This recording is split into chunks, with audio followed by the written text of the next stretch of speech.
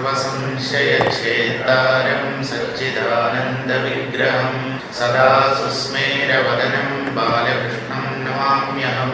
സദാശിവസമാരംഭാം ശങ്കരാചാര്യമധ്യമാം അസ്മദാചാര്യപര്യന്താം വന്ദേ ഗുരുപരമ്പരാം. നാരായണം പദ്മഭുവം വസിഷ്ഠം ശക്തിം ച തത്പുത്രപരാശരം ച വ്യാസം ശുഗം ഗൗഡപദം മഹാന്തം ഗോവിന്ദയോഗീന്ദ്രമഥാസ്യ ശിഷ്യം ശ്രീശങ്കരാചാര്യമഥാസ്യ പദ്മപാദം ച ഹസ്താമലകം ച ശിഷ്യം തം തോടകം വാർത്തികകാരമന്യാൻ അസ്മദ്ഗുരൂൻ സന്തതമാനതോസ്മി. എല്ലാവർക്കും എൻ്റെ വിനീതമായ പ്രണാമം. താരതമ്യേന ഒരു നീണ്ട ഇടവേളയ്ക്ക് ശേഷമാണ് നമ്മൾ വീണ്ടും ഒത്തുകൂടിയിരിക്കുന്നത്. നമുക്കിന്ന് ആരംഭിക്കേണ്ടത് 128ാമത്തെ പദ്യം, മലയാളം പുസ്തകത്തിലെ 69ാമത്തെ പേജിലെ 7ാമത്തെ പദ്യം. ക്രിയയാൻ ജ്ഞാനം കിടൈത്താലും കേട് കരുവാൽ വരുവത് പോർ കാണും ഒരു കോടി സൂര്യരൈ കൂരിരുളാലെ സുരുട്ട നീരകില കാരണനൈ തീണ്ട നിനയ്ക്കൈ. മലയാളത്തിൽ നിന്നും വലിയ വ്യത്യാസമൊന്നുമില്ല ഈ പദ്യത്തിന്. കടുത്ത തമിഴ് വാക്കുകളൊന്നും ഇതിനകത്തില്ല. ക്രിയയാൻ ജ്ഞാനം കിടൈത്താലും കേട് കാണും. കാണും എന്നുള്ള വാക്ക് രണ്ടാമത്തെ വരിയിലാണ് ഇരിക്കുന്നത്. നമ്മൾ അന്വയിപ്പിക്കുമ്പോൾ ക്രിയയാൻ എന്ന് പറഞ്ഞാൽ അത് ക്രിയയാൽ, സന്ധിയിലാണ് അത് ക്രിയയാൻ എന്നാവുന്നത്. ക്രിയയാൽ ജ്ഞാനം കിടൈത്താലും കേട് കാണും. ക്രിയയാൽ കർമ്മത്താൽ, ജ്ഞാനം കിടൈത്താലും ജ്ഞാനം കിട്ടിയാലും കേട് കാണും, അതിൽ ദോഷമുണ്ടാവും, അല്ലെങ്കിൽ അത് ശാശ്വതമാവില്ല. നമ്മുടെ അധ്യാത്മശാസ്ത്രം, വിശേഷിച്ചും ഉപനിഷത്തുകൾ, കർമ്മം കൊണ്ട് ജ്ഞാനം കിട്ടില്ല എന്നാണ് പറയുന്നത്. ബ്രഹ്മത്തെ കർമ്മം കൊണ്ട് നേടാൻ സാധ്യമല്ല. നാസ്തി അകൃതകൃതേന എന്നാണ് പറയുന്നത്. അകൃതകൃതേന, അകൃതം എന്ന് പറഞ്ഞാൽ ചെയ്യപ്പെടാത്തത്, കർമ്മത്തിന് പിടികൊടുക്കാത്തത് എന്നാണ്. ഈ കർമ്മത്തിന് പിടികൊടുക്കാത്തതിനെ കർമ്മം കൊണ്ട് എങ്ങനെ നേടും? കൃതം എന്ന് പറഞ്ഞാൽ ചെയ്യപ്പെട്ടത്, കർമ്മം എന്നർത്ഥം. കർമ്മം കൊണ്ട് കർമ്മത്തിന് അതീതമായ വസ്തുവിനെ പിടിച്ചെടുക്കാൻ സാധ്യമല്ല. പിന്നെ ഇവിടെ എന്തുകൊണ്ട് ഇങ്ങനെ പറഞ്ഞു? ക്രിയയാൽ ജ്ഞാനം കിടൈത്താലും കേട് കാണും. കർമ്മം കൊണ്ട് ജ്ഞാനം കിട്ടിയാലും അത് നശിക്കും, നിലനിൽക്കില്ല എന്ന് കാണൂ. കർമ്മം കൊണ്ട് ജ്ഞാനം കിട്ടില്ല എന്നുള്ളതല്ലേ വാസ്തവം. പിന്നെ എന്തുകൊണ്ട് ഇങ്ങനെ പറഞ്ഞു എന്ന് ചോദിച്ചാൽ, കർമ്മം കൊണ്ട് ജ്ഞാനം കിട്ടുന്നു എന്നൊരാൾക്ക് തോന്നാമല്ലോ, അതിന് വിരോധമില്ലല്ലോ. ഒരാൾ ആത്മജ്ഞാനം നേടുമ്പോൾ ഞാൻ ചിരകാലം സാധന അനുഷ്ഠിച്ചതിൻ്റെ ഫലമായിട്ടാണ് ഇതെനിക്ക് കിട്ടിയത് എന്ന് തോന്നുന്നതിൽ വിരോധമില്ല. പക്ഷേ ഒരു ആത്മജ്ഞാനിക്ക്, ശരിക്കും ആത്മജ്ഞാനം നേടിയ ഒരാൾക്ക് ഇത് കർമ്മം കൊണ്ട് കിട്ടേണ്ടതല്ല എന്ന് നല്ല പോലെ ബോധ്യമുണ്ടാവും. എന്നാൽ ആ പാകത വരാത്ത ഒരാൾക്ക് തൻ്റെ സാധനയിലൂടെയാണ് ഈ ആത്മജ്ഞാനം തനിക്ക് കിട്ടിയത് എന്ന് ഒരു തെറ്റിദ്ധാരണ ഉണ്ടാവാം. അങ്ങനെ ഉണ്ടായ ജ്ഞാനം കർമ്മത്താലാണല്ലോ, അയാളുടെ സാധനയിലൂടെയാണല്ലോ കിട്ടിയത്. അതിന് സ്ഥിരതയുണ്ടാവില്ല എന്ന്. കർമ്മം കൊണ്ട് നേടേണ്ടതല്ല ജ്ഞാനം. ജ്ഞാനം ഉള്ളത് കൊണ്ടാണ് കർമ്മം നടക്കുന്നത് തന്നെ. ജ്ഞാനം എന്ന് പറഞ്ഞാൽ ബ്രഹ്മസ്വരൂപമാണ്. ആ പരമാത്മാവ് ഉള്ളത് കൊണ്ടാണ് കർമ്മം ഇവിടെ നടക്കുന്നത് തന്നെ. കർമ്മഭ്രമം അരങ്ങേറുന്നത് കർമ്മസ്പർശമില്ലാത്ത ബ്രഹ്മത്തിലാണ്. അതിനെ എങ്ങനെ കർമ്മം കൊണ്ട് നേടാൻ പറ്റും? പക്ഷേ കാര്യമറിയാത്തവർ എന്തെങ്കിലുമൊക്കെ ചെയ്ത് അതിനെ നേടാമെന്നാണ് വിചാരിക്കുന്നത്. വാസ്തവത്തിൽ അത് എപ്പോഴാണ് കിട്ടുന്നതെന്നറിയാമോ? നമ്മുടെ ചെയ്യലുകളെല്ലാം അവസാനിക്കുമ്പോൾ, എല്ലാ തരത്തിലുള്ള കർമ്മചലനവും ബാഹ്യവും ആന്തരവുമായ സകലതും അസ്തമിക്കുമ്പോൾ ഉള്ളിൽ നേരത്തെ ഉണ്ടായിരുന്നത് പ്രകാശിക്കുന്നതായി തോന്നും. അത് ഈ കർമ്മം കൊണ്ട് കിട്ടിയതല്ല, നേരത്തെ ഉള്ളതാണത്. കർമ്മം അതിനെ മറയ്ക്കുന്നതാണ്.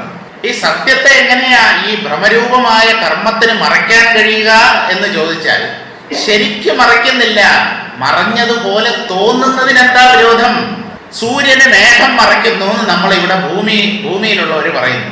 വാസ്തവത്തിൽ സൂര്യനെ മേഘം മറയ്ക്കുന്നുണ്ടോ? നമ്മുടെ ദൃഷ്ടിയെയാണ് മറയ്ക്കുന്നത്. ഭൂമിയുടെ അന്തരീക്ഷത്തിൽ നിന്നും എത്രയോ കോടി മൈലുകൾക്കപ്പുറത്ത് ആണ് സൂര്യന്റെ സ്ഥാനം. അന്തരീക്ഷത്തിലാണ് മേഘങ്ങൾ. ഇതെങ്ങനെ അതിനെ മറയ്ക്കും? എന്നാലും നമ്മുടെ കണ്ണിനെ മറയ്ക്കുമ്പോൾ നമ്മൾ പറയുന്നത് സൂര്യനെ മറയ്ക്കുന്നു. വാസ്തവത്തിൽ ഈ മേഘങ്ങൾ എന്താ ചെയ്യുന്നത്?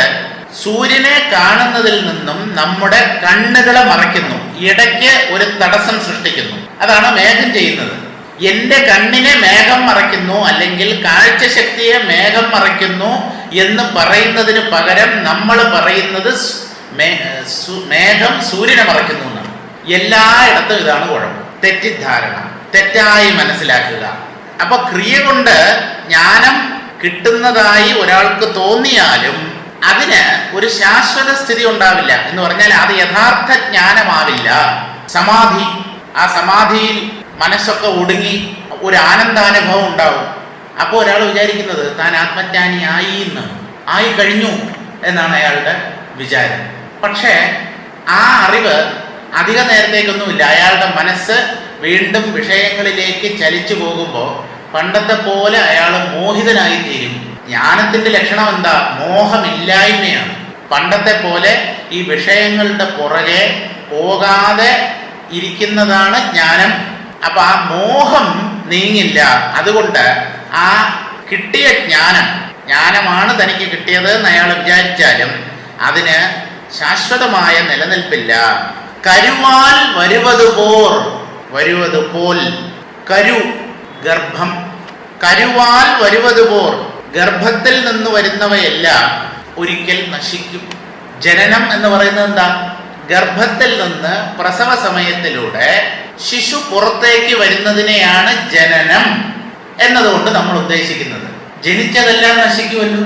അപ്പൊ ഗർഭത്തിൽ ഉണ്ടാവുക എന്ന് പറഞ്ഞാൽ തന്നെ നശിക്കാൻ പോകുന്നത് എന്ന് മനസ്സിലാക്കിക്കോളും. നശിക്കാത്തത് ഗർഭത്തിൽ വരില്ല. ബോധം ഏതെങ്കിലും സ്ത്രീയുടെയോ മൃഗങ്ങളുടെയോ പക്ഷികളുടെയോ ഗർഭത്തിൽ പ്രവേശിക്കുന്നില്ല. പ്രവേശിക്കുന്നത് ജീവനാണ്. ജീവൻ നശിക്കും എപ്പോ? ആത്മജ്ഞാനം കിട്ടുമ്പോൾ. ജീവഭാവം നശിക്കേണ്ടതാണ്, അതുകൊണ്ടാണ് അത് ജനിക്കുന്നത്. ആത്മാവ് നാശമില്ലാത്തതാണ്, അതുകൊണ്ടത് ജനിക്കുന്നില്ല. അപ്പൊ ഈ ജീവഭാവം തൊട്ട് ഇങ്ങോട്ടുള്ളതെല്ലാം നാശത്തിന് വിധേയമാണ്. എന്ന് പറഞ്ഞാൽ എന്താ? പുതിയ പുതിയ ശരീരങ്ങൾ സ്വീകരിക്കുക. അവസാനം ആ ഓരോ ശരീരങ്ങളും നശിക്കും. ഏറ്റവും ഒടുവിൽ ആത്മജ്ഞാനം കിട്ടുമ്പോൾ ഈ ജീവഭാവവും നശിക്കും. എന്നാൽ ആത്മാവിന് ഇങ്ങനെ ഒരു ദുരവസ്ഥ വരുന്നില്ല. കരുവാൽ വരുവതുപോർ കാണും. ഗർഭത്തിലുണ്ടായത് പുറത്തു വന്നാൽ അത് എന്നെങ്കിലും നശിക്കും. ചിലപ്പോ നല്ലപോലെ വളർന്നിട്ടായിരിക്കും അത് നശിക്കുക. എന്നാലും നാശം അനിവാര്യമാണ്. എന്തുകൊണ്ട്? അത് ജനിച്ചു എന്നുള്ളത് കൊണ്ട് തന്നെ. ജാതസ്യ ഹി ധ്രുവോ മൃത്യു ധ്രുവം ജന്മ മൃതസ്യ ച. ജനിച്ചോ മരിക്കും, മരിച്ചോ ജനിക്കും. ഇത് പരിഹരിക്കാൻ പറ്റാത്ത, പ്രതിവിധി കണ്ടുപിടിക്കാൻ പറ്റാത്ത നിയമമാണ്. പിന്നെ ഈ മോക്ഷം എന്ന് പറയുന്നത് എന്താ? ഞാൻ ജനിച്ചിട്ടേ ഇല്ല എന്ന് സാക്ഷാത്കരിക്കുന്നത്. ഞാൻ ജനിച്ചു എന്നൊരു ഭാവം ഉണ്ടെങ്കിൽ മരിക്കും എന്നുള്ള ഭയവും അതോടൊപ്പം ഉണ്ടാവും. ഞാൻ ജനിക്കാത്ത അമരമായ ആത്മാവാണ് എന്നുള്ളത് ബോധ്യപ്പെട്ടാൽ മരണത്തെ ഭയപ്പെടേണ്ടതില്ല. കരുവാൽ വരുവതുപോർ കാണും. ചില ജീവികളുണ്ട്, അവ പ്രസവത്തിലൂടെ നശിച്ചു പോകുന്നതാണ്. ഏത്? ഈ മാതൃജീവി പ്രസവിക്കുന്നതോടുകൂടി നശിക്കും. ഞണ്ട്, പാറ്റ അങ്ങനെയാണോ അറിയില്ല. ഇതിൽ പറഞ്ഞ എക്സാമ്പിള് ഒന്ന് ഞണ്ടിന്റെ വയറ് പിളർന്നിട്ടാണ് അതിന്റെ കുഞ്ഞുങ്ങൾ പുറത്തു വരുന്നത്. അപ്പൊ ആ മാതാവായ ഞണ്ട് മരിച്ചു പോകും. പിന്നെ എന്ന് പറയുന്നത് മുത്തുച്ചിപ്പി എന്ന് പറയുന്ന ഒരു ജീവിയുടെ പുറന്തോടാണ്, ശരീരത്തിന്റെ പുറന്തോടാണ്. അത് അകത്തുള്ള ജീവി പാകപ്പെട്ട് കഴിഞ്ഞാൽ ഈ മുത്തുച്ചിപ്പി നഷ്ടമാകുന്നതാണ്. ഇങ്ങനെ രണ്ട് ഉദാഹരണമാണ് പറയുന്നത്.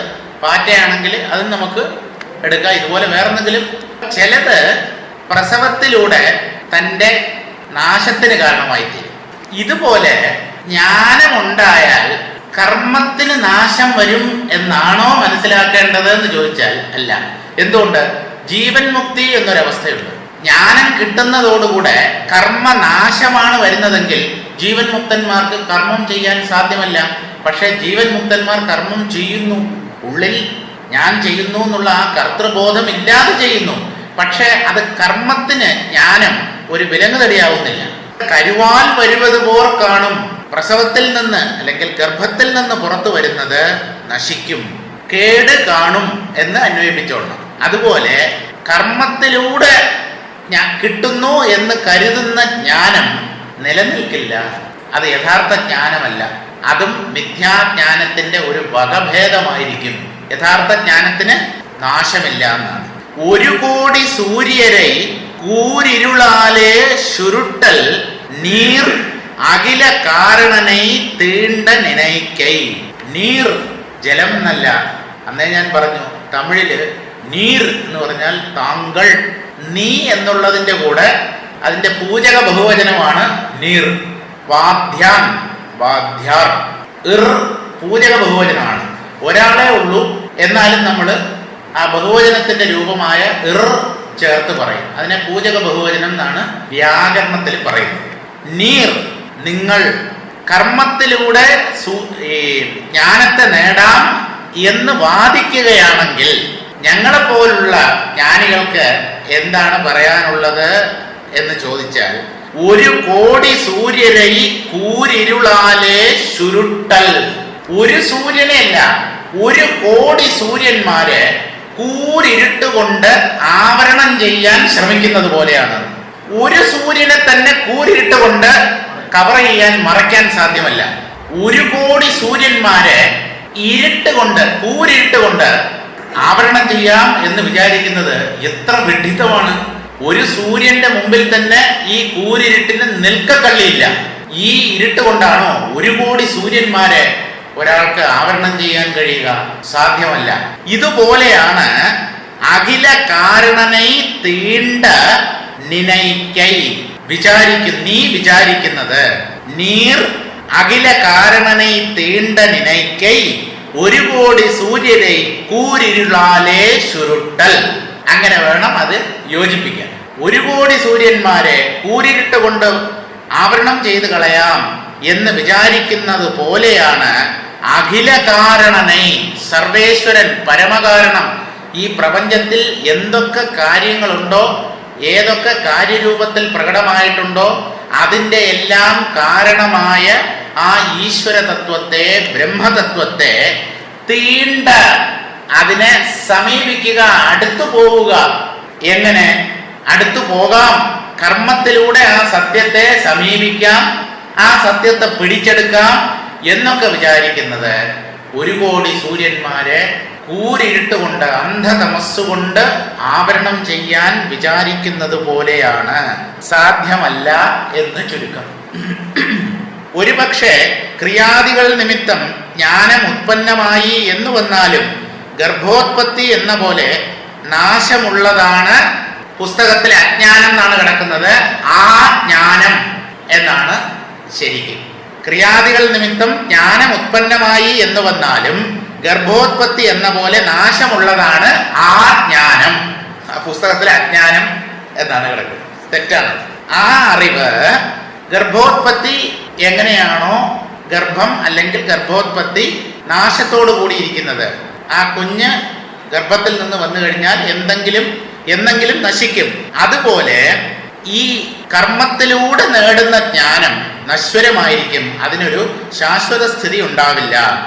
ഉത്പത്തി ഉള്ളതിനാൽ നാശവുമുണ്ട് എന്ന നിയമം അനുസരിച്ച് ആ ജ്ഞാനം സത്യമാകുന്നില്ല. പ്രതിബന്ധത്താൽ അത് വീണ്ടും മഗ്നമാകാനിടയുണ്ട്. വീണ്ടും ആ ജ്ഞാനം മായയിൽ മുങ്ങിപ്പോകാനിടയുണ്ട്. മായയിൽ മുങ്ങിപ്പോകുന്ന ജ്ഞാനം എങ്ങനെ യഥാർത്ഥ ജ്ഞാനമാകും? മായയ്ക്ക് പിടിക്കാൻ പറ്റാത്തതാണ് യഥാർത്ഥ ജ്ഞാനം, പരമാത്മജ്ഞാനം. അത് മായയുടെ പിടിയിൽ പെടുന്ന ഒന്നല്ല. 1 കോടി സൂര്യന്മാരെ കൂരിരുൾ കൊണ്ട് ചുരുട്ടി മറയ്ക്കുവാൻ തുനിയുന്നത് പോലെ അഖിലത്തിനും ആദികാരണനാകുന്ന സർവേശ്വരനെ കർമാനുഷ്ഠാന മാർഗം മുഖേന പ്രാപിക്കാനുള്ള നിന്റെ യത്നം ഒരു തരത്തിലും അഭിനന്ദനീയമല്ല. അഭിനന്ദനീയമല്ല എന്ന് മാത്രമല്ല, അത് അസാധ്യവുമാണ്. സാധിക്കാൻ അങ്ങനെ ഒന്നും സാധ്യമല്ല. ഇരുട്ടിൽ നിന്നുണ്ടാകുന്നതാണ് കർമ്മം. അജ്ഞതയിൽ നിന്നാണ് കർമ്മം ആവിർഭവിക്കുന്നത്. അജ്ഞതയിൽ നിന്നുണ്ടാകുന്ന കർമ്മത്തിന് എങ്ങനെ ജ്ഞാനത്തിന്റെ കാരണമായി തീരാൻ പറ്റും? ജ്ഞാനം പ്രകാശമാണ്. പ്രകാശത്തിന് കാരണം ഇരുട്ട് എന്ന് ആരെങ്കിലും പറഞ്ഞാൽ നമ്മൾ അംഗീകരിക്കും. പ്രകാശം ഉണ്ടായത് ഇരുട്ടിൽ നിന്നാണ്. ഇരുട്ടിൽ നിന്ന് പ്രകാശമോ പ്രകാശത്തിൽ നിന്ന് ഇരുട്ടോ സാധ്യമല്ല, പരസ്പര വിരുദ്ധങ്ങളാണ്. എന്ന് മാത്രമല്ല, ഇരുട്ടെന്നൊരു വസ്തുവേ ഇല്ല. പ്രകാശത്തിന്റെ അഭാവത്തെ നാം ഇരുട്ട് എന്ന് വിളിക്കുന്നു, അത്രയേ ഉള്ളൂ. പ്രകാശമുണ്ട്, പ്രകാശമില്ല, ഇതാണ് രണ്ട് സ്ഥിതി. പ്രകാശമുണ്ട് എന്ന് പറയുന്നത് പോലെയാണ് ജ്ഞാനം, പ്രകാശമില്ല എന്ന് പറയുന്നത് പോലെയാണ് അജ്ഞാനം. അതൊരു വസ്തുവല്ല. അജ്ഞാനത്തിന് ഒരു വാസ്തവികത ഉണ്ടായിരുന്നെങ്കിൽ ജ്ഞാനം കൊണ്ട് അത് നശിപ്പിക്കപ്പെടുമായിരുന്നില്ല. ജ്ഞാനം ഉദിക്കുമ്പോൾ അജ്ഞാനം ഇല്ലാതാകുന്നു എന്നതുകൊണ്ട് തന്നെ അജ്ഞാനം യഥാർത്ഥത്തിലുള്ള ഒന്നല്ല, അതൊരു ഭ്രമമാണ്. പ്രകാശത്തിന്റെ അഭാവം ഒരു പോസിറ്റീവായ ഒന്നല്ല. അഭാവം എന്ന് പറഞ്ഞാൽ ഉള്ള ഒന്ന് ഇല്ലാതിരിക്കുക എന്നാണ് നമ്മൾ മനസ്സിലാക്കുന്നത്. പ്രകാശം എന്നൊന്നുണ്ട്, കാണാൻ സഹായിക്കുന്നതാണ് പ്രകാശം. ആ പ്രകാശം ഇല്ലാതിരിക്കുന്ന അവസ്ഥയാണ് ഇരുട്ട്. പ്രകാശം കൊണ്ടുവന്നാൽ ആ ഇരുട്ട് ഇല്ലാതാവുകയും ചെയ്യും. ഈ ഇരുട്ട് പ്രകാശത്തെ വിഴുങ്ങുന്നു എന്ന് പറഞ്ഞാൽ അതെങ്ങനെ ശരിയാവും? പക്ഷെ അങ്ങനെ തോന്നുന്നു എന്നാണ്. പ്രകാശത്തിന് ഇരുട്ടിനെ നശിപ്പിക്കാൻ പറ്റും, ഇരുട്ടിന് പ്രകാശത്തെ ഒന്നും ചെയ്യാൻ പറ്റില്ല. പ്രകാശത്തിന്റെ നേരെ വന്ന് നിൽക്കാനുള്ള കരുത്ത് പോലും ഇരുട്ടിനില്ല. എതിരെ വന്നിട്ട് വേണ്ടേ പരാജയപ്പെടുത്താൻ. അടുത്ത പദ്യം വായിക്കാം. സുഖാതീതം വേണ്ടിർ തൊഴിൽ ചെയ്വോം എന്നാൽ നഹാരോ തുയിൽവാർ നടന്തോ വികാരമന ശാത്തിരമും പൂജൈ സമാധികളും ശാർബോധ കോത്തിരങ്കാൻ മായൈ കുഴാം. സുഖാതീതം വേണ്ടിൽ, വേണ്ടിൻ. സുഖം എന്നൊരവസ്ഥയുണ്ട്, ആനന്ദം എന്നൊരു സ്ഥിതിയുണ്ട്. ശുദ്ധമായ ബ്രഹ്മം എന്ന് പറയുന്നത് അതിൻ്റെയും അപ്പുറത്താണ്. ആനന്ദ അതീതം എന്നൊരവസ്ഥയെ കുറിച്ച് ഈ ശൈവ സിദ്ധാന്തത്തില് പറയുന്നുണ്ട്. അതിനെയാണ് സുഖാതീതം, അതിനെ സുഖാതീതം എന്ന് തമിഴിൽ പറയും. സുഖാതീതം വേണ്ടിൻ, ആനന്ദത്തെയും കടന്നു നിൽക്കുന്ന ഒരു സ്ഥിതി നിങ്ങൾക്ക് വേണം എങ്കിൽ തൊഴിൽ ചെയ്വോം എന്നാൽ, സന്ധിയിലാണ് സുഖാതീതം വേണ്ടി തൊഴിൽ ചെയ്വോം എന്നാൽ, സുഖാതീതമായ നില വേണം എന്ന് ആഗ്രഹിക്കുന്നുവെങ്കിൽ തൊഴിൽ ചെയ്യൂ, കർമ്മം ചെയ്യൂ എന്ന് പറയുന്നവരോട് ജ്ഞാനികൾക്ക് പുച്ഛമല്ല, ജ്ഞാനികൾക്ക് ഒന്നിനെയും പുച്ഛമില്ല. അവർക്ക് ഇതൊക്കെ കേട്ടാൽ ചിരി വരുന്നതാണ്. കോമഡി പ്രോഗ്രാം കാണുമ്പോൾ ചിരിക്കാറില്ല. ചിരി എന്ന് പറയുന്നത് നമുക്ക് അടക്കാൻ പറ്റാത്ത ഒരു വികാരമാണ്, കരച്ചിൽ പോലെ തന്നെ. ശരിക്കുള്ള ഒരു നർമ്മം കേട്ട് കഴിഞ്ഞാൽ നമ്മൾ അറിയാതെ പൊട്ടിച്ചിരിച്ചു പോകും. ജ്ഞാനികൾക്ക് ചിരി ഉണർത്തുന്നതാണ് എന്ത്? സുഖാതീതം വേണ്ടിൻ തൊഴിൽ ചെയ്വോം എന്നാൽ. കർമ്മികൾ എന്താ പറയുന്നത്? കർമ്മത്തിലൂടെ എല്ലാം നേടിക്കളയാമെന്ന്. എന്തും മനുഷ്യ കർമ്മത്തിന്റെ അകത്തുപെടും. മനുഷ്യ പ്രയത്നം കൊണ്ട് എന്തും സാധിക്കാം. പുരുഷപ്രയത്നത്തിന് അങ്ങേറ്റത്തെ പ്രാധാന്യമുണ്ട്. പക്ഷെ ഈ ആത്മജ്ഞാനം നേടുന്ന കാര്യത്തിൽ പുരുഷപ്രയത്നം മാത്രമല്ല കടന്നു കളിക്കുന്നത്, ഈശ്വരാനുഗ്രഹം എന്നൊരു അതീതമായ ശക്തിയുണ്ട്. ഈശ്വരാനുഗ്രഹാദേവ പുംസാം അദ്വൈത വാസന, വിവേക ചൂടാമണിയിൽ നമ്മൾ വായിച്ചതാണ്. ഈശ്വരാനുഗ്രഹം കൊണ്ടാണ് അദ്വൈതത്തിൽ ഒരു ചായ്വ്, ഒരു താത്പര്യം തന്നെ ഉണ്ടാവുന്നത്. അപ്പോ ആ ആത്മാനുഭവം, ആത്മജ്ഞാനം എന്ന് പറയുന്നത് തികഞ്ഞ ഭഗവത് കടാക്ഷമല്ലാതെ മറ്റെന്താണ്? വേറെ എന്തുകൊണ്ട് കിട്ടും? ഈ അല്പനായ ജീവന് അനന്തമായ ആ സത്യത്തെ എങ്ങനെ പിടിച്ചെടുക്കാൻ പറ്റും? അത് ഇവന്റെ കയ്യിൽ പെട്ടതുപോലെ ആവണം. കൊച്ചുകുട്ടികൾ, അവർക്ക് പൊക്കം കുറവാണല്ലോ, അച്ഛന്റെ തലയിൽ തൊടണം. ഇത് എത്ര ചാടിയാലും അച്ഛന്റെ തലയിൽ തൊടാൻ പറ്റില്ല. പിന്നെ എന്താ ഒരു മാർഗം? ഒന്നുകിൽ അച്ഛൻ തല കുനിച്ച് ഈ കുട്ടിയുടെ പൊക്കത്തിന് കൊണ്ടുവരണം, അല്ലെങ്കിൽ ഈ കുട്ടിയെ തോളത്ത് കയറ്റി ഇരുത്തണം. അപ്പോഴും കുട്ടിക്ക് അച്ഛന്റെ തലയിൽ തൊടാം. ഈശ്വരൻ അദ്ദേഹത്തിന്റെ തോളത്ത് കയറ്റി ഈ സാധകനെ ഇരുത്തുമ്പോഴാണ് അദ്ദേഹത്തിനെ നമുക്കൊന്ന് തൊടാൻ പറ്റുന്നത്. തസ്യപ്രസാദാത്, ആ ഈശ്വരന്റെ അനുഗ്രഹം കൊണ്ടാണ് യമേ വൈഷഹി വൃണുതേ തേന ലഭ്യ. ആത്മാവ് ആരെ വരിക്കുന്നുവോ, ആരെ സ്വീകരിക്കുന്നുവോ അയാൾക്കാണ് ആത്മജ്ഞാനം കിട്ടുന്നത്. അതായത് ആത്മാവ് ഒരു ഭക്തനിൽ, സാധകനിൽ, ജിജ്ഞാസുവിൽ അനുഗ്രഹിക്കണം. ഇവൻ എന്നെ അറിയട്ടെ. ആ അനുഗ്രഹം ഉണ്ടെങ്കിൽ മാത്രമേ ആ സത്യത്തെ ആ സാധകന് അറിയാൻ പറ്റൂ. അല്ലാതെ ഇന്നാ പിടിച്ചോ ഞാൻ ഇപ്പൊ പോയി അങ്ങ് സാക്ഷാത്കരിച്ചു കളയാം എന്നൊന്നും വിചാരിച്ചാൽ നടപ്പില്ല. അവിനയമുള്ള സ്ഥലത്ത് ആത്മജ്ഞാനമില്ല. ആദ്യം തല കുനിയണം, വിനയം. അതല്ലാതെ രക്ഷയില്ല. സുഖാതീതം വേണ്ടിൻ തൊഴിൽ ചെയ്വോം എന്നാൽ നഹാരോ. നഹൈപ്പ് എന്ന് പറഞ്ഞാൽ ചിരിക്കുക എന്നാണ്. നഹൈച്ചുവൈ നർമ്മബോധം. നഹാരോ എന്ന് പറഞ്ഞാൽ ജ്ഞാനികൾ ചിരിക്കുകയില്ലേ? ചിരിക്കും. കർമ്മത്തിലൂടെ ജ്ഞാനം നേടാം എന്നുള്ള പ്രസ്താവന ഒരു ജ്ഞാനി കേട്ടാൽ അദ്ദേഹത്തിന് ചിരിയാവും ഉള്ളിലുണ്ടാവുക. നഹാരോ ചിരിക്കില്ലേ? എന്തുകൊണ്ടെന്നോ, നടന്തോ തുയിൽവാർ. പദ്യത്തിലെ തുയിൽവാർ നടന്തോ എന്നാണ് കിടക്കുന്നത്. തിരിച്ചിടുക, നടന്തോ തുയിൽവാർ. തുയിൽ എന്ന് പറഞ്ഞാൽ ഉറക്കം. തുയിലുണരൂ തുയിലുണരൂ തുമ്പികളെ. നമ്മൾ ആരെങ്കിലും ഈ തുയില് അതിന്റെ അർത്ഥത്തെ ആലോചിച്ചിട്ടുണ്ടോ? ഒന്നാം തരം തമിഴ് വാക്കാണ്. ഇനി ഉറക്കം എന്നുള്ളതും തമിഴ് വാക്കാണ്. പക്ഷെ ഉറക്കം എന്ന് തമിഴൻ്റെ അടുത്ത് പറഞ്ഞാൽ അയാൾക്ക് മനസ്സിലായി. അയാൾക്ക് തൂക്കം എന്ന് പറഞ്ഞാൽ മലയാളിയുടെ തൂക്കം എന്ന് പറയുന്നത് ഭാരമാണ്. അപ്പൊ ഭാഷയിൽ ഇങ്ങനെയുള്ള വ്യത്യാസങ്ങളുണ്ട്. നടന്തോ തുയിൽവാർ. ഒരാൾക്ക് ഉറങ്ങണം എന്ന് തോന്നിയാൽ നടന്നോണ്ടാണോ അയാൾ ഉറങ്ങുക? ഉറങ്ങണമെന്ന് തോന്നിക്കഴിഞ്ഞാൽ ശയ്യയിൽ ശാന്തനായി കിടക്കണം. നേരത്തെ നടക്കുന്നുണ്ടെങ്കിൽ നടത്തം നിർത്തണം. അപ്പോഴല്ലേ ഉറക്കം വരിക. നടന്നുകൊണ്ടിരിക്കുന്നവന് എങ്ങനെ ഉറക്കം വരും? കർമ്മം ചെയ്തുകൊണ്ടേ ഇരിക്കുന്നവന് എങ്ങനെ ജ്ഞാനം കിട്ടും എന്നാണ് വ്യംഗ്യം. ഒരു ഘട്ടം കഴിയുമ്പോൾ ഈ ലൗകിക വ്യവഹാരങ്ങളിലൊക്കെ വിരക്തി വന്ന് ഉൾവലിയേണ്ടി വരും. വലിഞ്ഞേ പറ്റൂ. അല്ല, ഞങ്ങള് ജ്ഞാനവും കർമ്മവും സൈഡ് ബൈ സൈഡായിട്ട് സമാന്തര രേഖകളിലൂടെ കൊണ്ടുപോകും. അതൊന്നും പറ്റില്ല. ഉള്ളിൽ വിരക്തി വരുമ്പോ പതുക്കെ പതുക്കെ നമ്മൾ അറിയാതെ അനാവശ്യമായിട്ടുള്ള പല ലൗകിക വ്യവഹാരങ്ങളിൽ നിന്നും നാം ഉൾവലിയും. നമ്മൾ ബോധപൂർവമായി ചെയ്യുന്നതല്ല. നമുക്ക് ഈ കർമ്മത്തിലുള്ള ഒരു രുചി നഷ്ടമാവും. അതാണ് തുയിൽവാർ നടന്തോ. നടന്തോ തുയിൽവാർ. നടന്നുകൊണ്ടാണോ ഉറങ്ങുന്നത്? വികാരമന ശാത്തിരമും പൂജൈ സമാധികളും. വികാരമന ശാത്തിരമും പൂജൈ സമാധികളും. വികാരം എന്ന് പറഞ്ഞാൽ ഒരു തരം മോഹാവസ്ഥ, ഒരു ഉന്മാദാവസ്ഥ. അതാണ് ഇവിടെ വികാരം.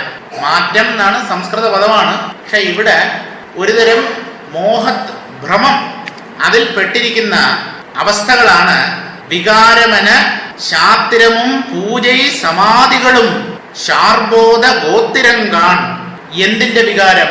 മനസ്സിന്റെ വികാരം. മനസ്സിന്റെ ഭ്രമാവസ്ഥയാണ് എന്ത്? ശാസ്ത്രങ്ങളും പൂജൈ സമാധികളും. ഇവിടെ ഭക്തന്മാരുടെ മനസ്സ് വിഷമിപ്പിക്കുന്ന ചില പ്രസ്താവനകളാണ്. ശാസ്ത്രം എന്ന് പറഞ്ഞാൽ അധ്യാത്മശാസ്ത്രം ഒഴികെ മറ്റ് പലതരത്തിലുമുള്ള ശാസ്ത്രങ്ങളുണ്ടല്ലോ. ഷഡംഗങ്ങളുണ്ട് വേദത്തിന്. ശിക്ഷ, കൽപ്പം, വ്യാകരണം, ജ്യോതിഷം, നിരുക്തം, ഛന്ദസ്.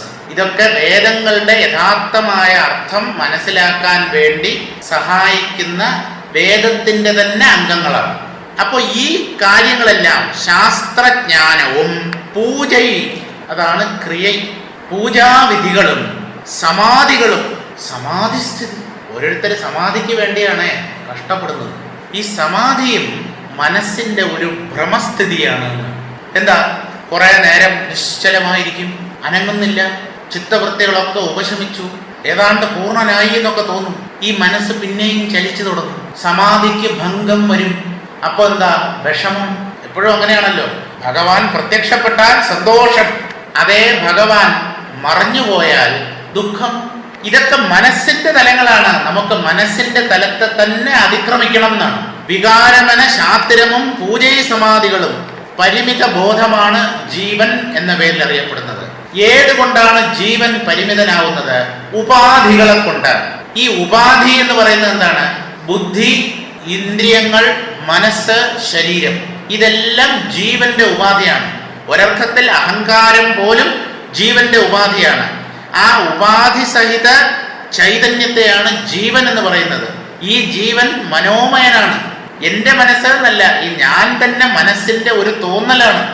അങ്ങനെയുള്ള പരിമിത ബോധത്തിന്റെ ഭ്രമാവസ്ഥകളാണ് ഇതെല്ലാം എന്നറിയൂ.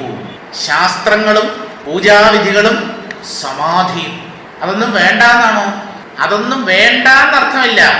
നമുക്ക് വേണ്ടത് നിരന്തരമായ നിത്യസമാധിയാണ്. ഈ സമാധിയിൽ കടക്കുക, അല്ലെങ്കിൽ കയറുക ഇറങ്ങുക, വീണ്ടും കയറുക ഇറങ്ങുക, കയറ്റം ഇറക്കവും. ഈ കയറ്റവും ഇറക്കവും ഉണ്ടല്ലോ, ഒരു 2 വീലർ ഓടിക്കുന്ന ആളിനെ സംബന്ധിച്ച് അയാൾക്ക് ഇഷ്ടമുള്ള കാര്യമാണോ? അയാൾ ലെവൽ റോഡിലൂടെ സഞ്ചരിക്കാനല്ലേ ആഗ്രഹിക്കുക? അപ്സ് ആൻഡ് ഡൗൺസ് ആരാ ഇഷ്ടപ്പെടുക? സമതലം നിരപ്പായ റോഡാണ് 2 വീലറുകാർക്കായാലും 4 വീലറുകാർക്കായാലും ആർക്കായാലും റോഡിലൂടെ വണ്ടി ഓടിക്കുന്ന ആർക്കും സമതലം നിരപ്പായ റോഡാണ് ഇഷ്ടം. കയറ്റമിറക്കം ആർക്കും ഇഷ്ടമല്ല. പക്ഷെ ഈ അധ്യാത്മത്തിൽ മാത്രം സമാധിയിലേക്ക് കയറുക, അവിടുന്ന് ഇറങ്ങുക. കയറുന്നത് ഒരുപക്ഷെ പടിപ്പടിയായിരിക്കും, സ്റ്റെപ്പ് ബൈ സ്റ്റെപ്പ് ആയിട്ടായിരിക്കും. പക്ഷെ ഇറക്കം ഇവന്റെ നിയന്ത്രണത്തിലല്ല. മോളിൽ നിന്ന് ഇവ ഉരുണ്ട് വീഴുകയാണ് ചെയ്യുന്നത്, ഇന്ദ്രിയങ്ങളുടെയും മനസ്സിന്റെയും തലത്തിൽ. കയറാൻ ശ്രമം, ഉരുണ്ട് വീഴാൻ ഒരു പ്രയാസവുമില്ല. എപ്പോഴും അങ്ങനെയാണല്ലോ. മോളിൽ നിന്ന് കൈവിട്ട് കഴിഞ്ഞാൽ താഴെ പോരും. മരത്തിന്റെ മുകളിലേക്ക് കയറാനാണല്ലോ പ്രയാസം. സമാധിയിലേക്ക് കടക്കാനാണ് പ്രയത്നം. മനസ്സ് ചലിച്ച് ശരീരത്തിന്റെ തലത്തിലും പ്രപഞ്ചതലത്തിലും വരുമ്പോൾ അതിന് പ്രത്യേകിച്ച് പ്രയാസമൊന്നും ആവശ്യമില്ല, പ്രയത്നം വേണ്ട. ഇതെല്ലാം മനസ്സിന്റെ തലമാണ്. ഒരർത്ഥത്തിൽ ഈ അധ്യാത്മശാസ്ത്രം പോലും മോക്ഷശാസ്ത്രം പോലും അവിദ്യാമണ്ഡലത്തിനകത്താണ് എന്നാണ് ശങ്കരാചാര്യ സ്വാമികൾ പറയുന്നത്. മോക്ഷശാസ്ത്രം ഉൾപ്പെടെ. എന്തുകൊണ്ട്? അത് ഇന്ദ്രിയ മനസ്സുകൾ അല്ലെങ്കിൽ ബുദ്ധി ഇവയുടെ സഹായത്തോടു കൂടി ഗ്രഹിക്കുന്നതാണ്. ബുദ്ധിക്കകത്ത് പെടുന്ന ഒന്നല്ല ഈ ജ്ഞാനം. ജ്ഞാനം ആത്മസ്വരൂപമാണ്. ആ ജ്ഞാനം ഉള്ളത് കൊണ്ടാണ് ബുദ്ധി ഒന്നിനെ മനസ്സിലാക്കുന്നത് അല്ലെങ്കിൽ ഗ്രഹിക്കുന്നത്. അങ്ങനെയുള്ള ബുദ്ധി കൊണ്ട് ഈ ആത്മാവിനെ എങ്ങനെ അറിയാൻ പറ്റും? ഇനി അങ്ങനെ അറിഞ്ഞാൽ അത് യഥാർത്ഥ ആത്മജ്ഞാനമാകുമോ? ഇതൊക്കെ ചിന്തിക്കേണ്ടതാണ്. ചുരുക്കം ഈ ആത്മാവ് അറിയപ്പെടാതെ തന്നെ നിൽക്കുന്നു എന്നാണ്. അറിയപ്പെടാതെ നിൽക്കുന്ന ഒന്നാണ് ഈ ആത്മാവ്. പിന്നെ ഈ ആത്മജ്ഞാനി എന്ന് പറയുന്നതിന്റെ അർത്ഥം എന്താ? ആത്മജ്ഞാനി ഒരിക്കലും ആത്മാവിനെ അറിഞ്ഞു എന്ന് പറയില്ല. അങ്ങനെ പറയുന്നെങ്കിൽ അയാൾ ആത്മജ്ഞാനി അല്ല. പിന്നെ എന്താ സംഭവിക്കുന്നത്? ആത്മജ്ഞാനിയെ അല്ലെങ്കിൽ ഈ അജ്ഞാനിയെ ആത്മാവാണ് താൻ എന്ന് ആത്മാവ് അറിയിച്ചു കൊടുക്കുകയാണ്. താൻ യഥാർത്ഥത്തിൽ ബ്രഹ്മമാണ് എന്ന് ഈശ്വരനോ ഈ പരമാത്മാവോ അറിയിച്ചു കൊടുക്കുകയാണ് ജീവന്. വേറൊരാള് തന്നെ പഠിപ്പിച്ച ഒരു കാര്യത്തെ ഞാൻ പഠിച്ചു എന്ന് പറയുന്നത് എങ്ങനെയാ ശരിയാവുന്നത്? പക്ഷെ നമ്മുടെ വിദ്യാർത്ഥികളൊക്കെ എന്താ ചെയ്യുന്നത്? ഞാൻ പഠിച്ചു, അധ്യാപകൻ പഠിപ്പിച്ചത് കൊണ്ടല്ലേ താൻ പഠിച്ചത്, അല്ലെങ്കിൽ പഠിക്കൂ. ഇതുപോലെ ആത്മാവ് തൻ്റെ സാന്നിധ്യത്തെ അല്ലെങ്കിൽ സ്വരൂപത്തെ ജീവന് വെളിവാക്കി കൊടുക്കുമ്പോഴാണ് ആത്മജ്ഞാനം സംഭവിക്കുന്നത്. അവിടെ ജീവന്റെ മിടുക്കിന് ഒരു പ്രാധാന്യവും ഇല്ല, പ്രസക്തിയേ ഇല്ല. എന്തുകൊണ്ടെന്നോ, ആ ആത്മജ്ഞാനം സംഭവിക്കുന്ന വേളയിൽ ജീവഭാവം തന്നെ ഇല്ല. പിന്നെ എങ്ങനെ ഈ ജീവൻ ആത്മാവിനെ അറിഞ്ഞു എന്ന് പറയും? ആളേ ഇല്ല. ആളില്ലാതാകുമ്പോഴാണ് ജ്ഞാനം സംഭവിക്കുന്നത്. അതുകൊണ്ട് ജ്ഞാനം എനിക്ക് കിട്ടി എന്ന് പറഞ്ഞാൽ പരമ അബദ്ധമാണ്. പിന്നെ ഋഷി പറയുന്നുണ്ടല്ലോ എന്ന് ചോദിച്ചാൽ, ഋഷി അങ്ങനെ പ്രഖ്യാപിച്ചില്ലായിരുന്നുവെങ്കിൽ ഇങ്ങനെ ഒരു സത്യത്തെ നാം ഉണ്ടെന്നും അതിനെ മനുഷ്യന് സാക്ഷാത്കരിക്കാൻ പറ്റുമെന്നും ഈ മനുഷ്യരെങ്ങനെ അറിയും? അറിഞ്ഞ ഒരാൾ പറയണ്ടേ ഞാൻ അറിയുന്നു. പക്ഷേ അദ്ദേഹം അറിയുന്നു എന്ന് പറയുമ്പോൾ നമ്മൾ രണ്ടാമതൊരു വസ്തുവിനെ അറിയുന്നത് പോലെയുള്ള അറിവല്ല. ഞാൻ എന്നുള്ള ഭാവം, അഹങ്കാരം നീങ്ങിപ്പോകുമ്പോൾ സംഭവിക്കുന്നതാണ് ജ്ഞാനം. സംഭവിക്കുകയല്ല, നേരത്തെ ഉണ്ടായിരുന്നതാണത്. അഹങ്കാരം കയറി വന്നപ്പോഴാണ് ഞാൻ അജ്ഞാനി എന്നുള്ള വിചാരം ഉണ്ടായത്. ജ്ഞാനത്തിൽ അജ്ഞാനം കയറി വരാൻ സാധ്യമല്ല. എങ്ങനെ വരാൻ പറ്റും? സൂര്യമണ്ഡലത്തിലേക്ക് ഇരുട്ടിന് പ്രവേശമുണ്ടോ? പക്ഷേ അങ്ങനെ തോന്നുന്നു. ഈ തോന്നലിന് വിശേഷിച്ച് നിയമമൊന്നുമില്ല. ഇത് നല്ലതുപോലെ നിങ്ങൾ മനസ്സിലാക്കണം. ഒരെണ്ണം തോന്നാൻ പ്രത്യേകിച്ച് കാരണമോ അതിനെന്തെങ്കിലും ഒരു വ്യവസ്ഥയോ ഒന്നുമില്ല. ആർക്ക് എന്ത് വേണമെങ്കിലും എപ്പോ വേണമെങ്കിലും തോന്നാം.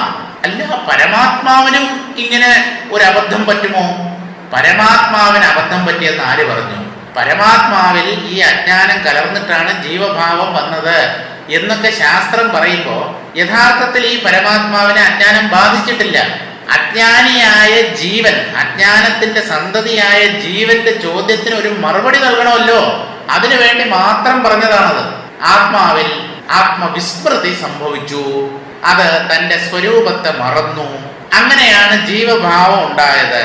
ഇതെല്ലാം കഴിഞ്ഞ് ഈ ജീവൻ കുറെയൊക്കെ സിദ്ധാന്തപരമായി കാര്യങ്ങൾ മനസ്സിലാക്കി ആ ആത്മാവിനെ സാക്ഷാത്കരിക്കുമ്പോ ആത്മാവിൽ അജ്ഞാനം കയറി വരാൻ സാധ്യമേ അല്ല എന്നാണ് മനസ്സിലാക്കുന്നത്. അപ്പൊ ഈ ജീവഭാവം തന്നെ മിഥ്യയാണ് എന്നുള്ള സാക്ഷാത്കാരമാണ് ജീവന് കിട്ടുന്നത്.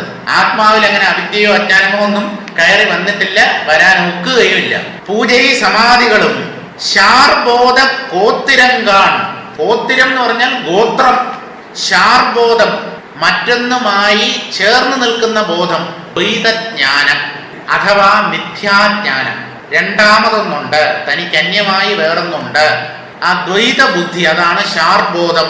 അതിന്റെ ഗോത്തിരങ്കാൺ, ശാർബോധ ഗോത്തിരം, അതായത് മറ്റൊന്നിനെ ആശ്രയിച്ചു നിൽക്കുന്ന ബോധത്തിന്റെ പരിമിതമായ മാനസിക അവസ്ഥയാണ് ഈ ശാസ്ത്രങ്ങളും പൂജകളും സമാധികളും എല്ലാം. അതൊക്കെ ഭ്രമതലത്തിലാണ് എന്നാണ് പറയുന്നത്. ഭ്രമതലമാണ്. ഗോത്രം എന്ന് പറഞ്ഞാൽ എന്താ, നമ്മൾ തായ് വഴി എന്നൊക്കെ പറയില്ലേ, ഇന്ന ഗോത്രത്തിൽ പെട്ടയാളാണ്. അതുപോലെ ഇതൊക്കെ മായയുടെ സൃഷ്ടി അല്ലെങ്കിൽ മനസ്സിന്റെ സൃഷ്ടി, ഭ്രമതലങ്ങളാണ്. ശാർബോധ ഗോത്തിരങ്കാൺ മായൈ കുഴാം. ഇതെന്താണ് എന്ന് ചോദിച്ചാൽ മായൈ കുഴാം. കുഴാം എന്ന് പറഞ്ഞാൽ സൈന്യം, സംഘം, ഒരു കൂട്ടം ആളുകൾ. മായയുടെ സംഘം അല്ലെങ്കിൽ മായയുടെ കൂട്ടാളികളാണ് ഈ ശാസ്ത്രങ്ങൾ ഉൾപ്പെടെ എല്ലാം. ഇതൊക്കെ മായാമണ്ഡലത്തിലാണ് എന്ന് വെച്ച് ഇതൊന്നും വേണ്ട നല്ല അർത്ഥം.